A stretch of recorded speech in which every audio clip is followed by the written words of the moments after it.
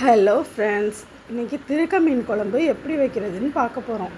அதுக்கு தேவையான தக்காளி, வெங்காயம், பூண்டு, கொஞ்சம் மிளகு, சீரகம் இடித்து வச்சது, அதோட 2-3 பல் பூண்டையும் இடித்து வச்சுக்கிறோம். திருக்க மீனை நல்லா கழுவி வச்சுக்கிறோம். அதுக்கு தேவையான பொருள் என்னென்னங்கிறத நம்ம பார்த்துட்டோம். இப்போ புளி கரைசல், புளி உங்களுக்கு எவ்வளவு தேவையோ மீனுக்கு தகுந்த புளி கரைசலை கரைச்சி அதில் வச்சுக்கோங்க. எங்களுக்கு சின்ன ஃபேமிலிங்கிறதுனால நாங்கள் கம்மியாக வச்சு, உங்களுக்கு எந்த அளவு குவான்டிட்டி தேவையோ அந்த அளவுக்கு நீங்கள் எடுத்துக்குங்க. இந்த இஞ்சி சில பேர் வைப்பாங்க, நாங்கள் வைக்கிறதில்ல. இந்த பூண்டு, சீரகம், மிளகு அது தட்டி போடும்போது அது நல்ல வாசமாக இருக்கும்.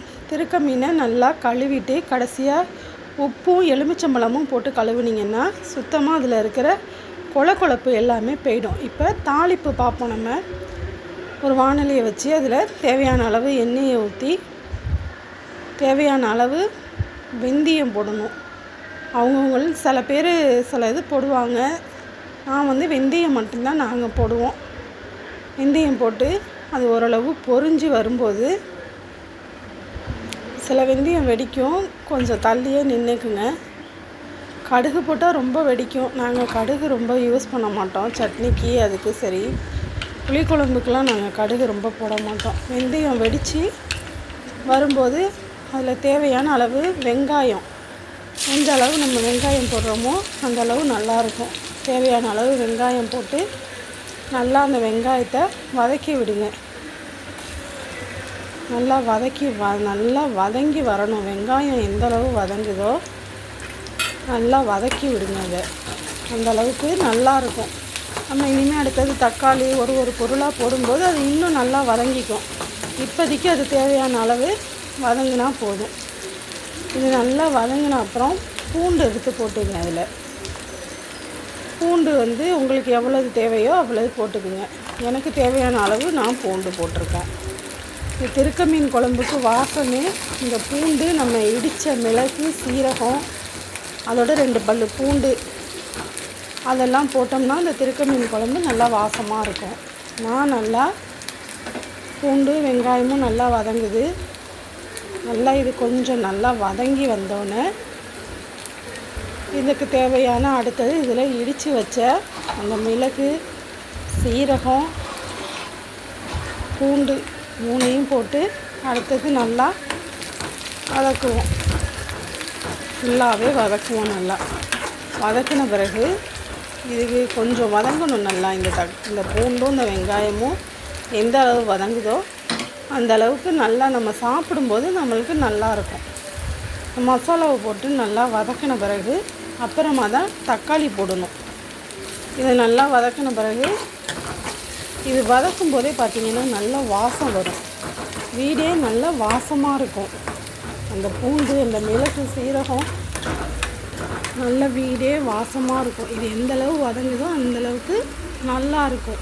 இதுக்கப்புறம் நம்ம தக்காளி போட போகிறோம். தக்காளியை போட்டு கொஞ்சம் நேரம் நல்லா கிண்டி விடுறோம். தக்காளியை போட்டு நல்லா கிண்டணும்.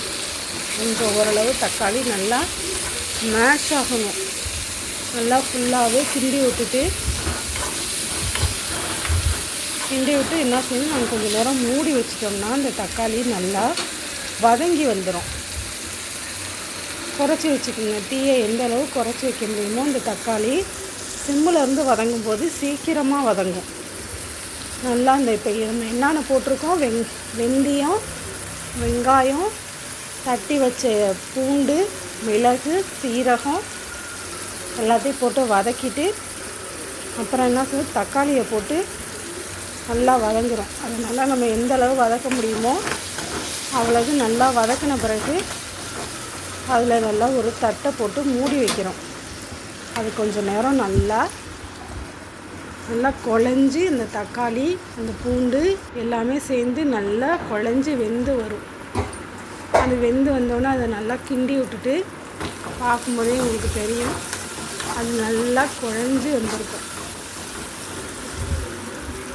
நல்லா குழஞ்சி வருதா, வந்தோடனே என்ன செய்யணும், கரைச்சி வச்ச புளி கரைசலை அதில் சேர்த்துக்கணும். உங்களுக்கு எந்த அளவுக்கு தேவையோ நீங்கள் அந்த அளவுக்கு கலந்து வச்சு அதுக்கு தகுந்த மாதிரி குவான்டிட்டியை போட்டுக்குங்க. நாங்கள் சின்ன ஃபேமிலிங்கிறதுனால எங்களுக்கு இந்த அளவு போதும். நல்லா அடுப்பு தேவையான அளவு ஃபுல்லாக வச்சு ஒரு மூடியை போட்டு மூடி கொஞ்சம் நேரம் கழித்து பார்த்திங்கன்னா நல்லா கொதித்து வந்திருக்கும். நான் எண்ணெய் பற்றலை, அதனால கொஞ்சம் எண்ணெய் விட்டேன். மறுபடி ஓரளவு குழம்பு கொதிச்சிருச்சு.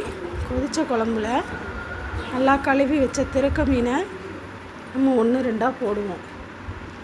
எங்களுக்கு தேவையான அளவு திருக்க மீனை நாங்கள் 1-2 போட்டிருக்கோம். இது நல்லா கொதித்து வர வரைக்கும் மூடி வைக்கணும். மூடி வச்சு அது கொதித்து வந்துச்சுன்னா இன்னும் சாப்பிட ரெடி ஆகிடுச்சு. யார் யாருக்கெல்லாம் திருக்க மீன் குழம்பு ரொம்ப பிடிச்சிருந்துச்சுன்னா லைக் பண்ணுங்கள், சப்ஸ்கிரைப் பண்ணுங்கள், ஷேர் பண்ணுங்கள். நீங்களும் வீட்டில் திருக்க மீன் குழம்பு செஞ்சு சாப்பிடுங்க. நல்லா மூடி வைங்க. மூடி வச்சு கொஞ்சம் நேரம் கழித்து திறந்து பார்த்திங்கன்னா பார்க்கவே ஆசையாக இருக்கும். அந்தளவுக்கு திருக்க மீன் குழம்பு ரெடி. தேங்க்யூ.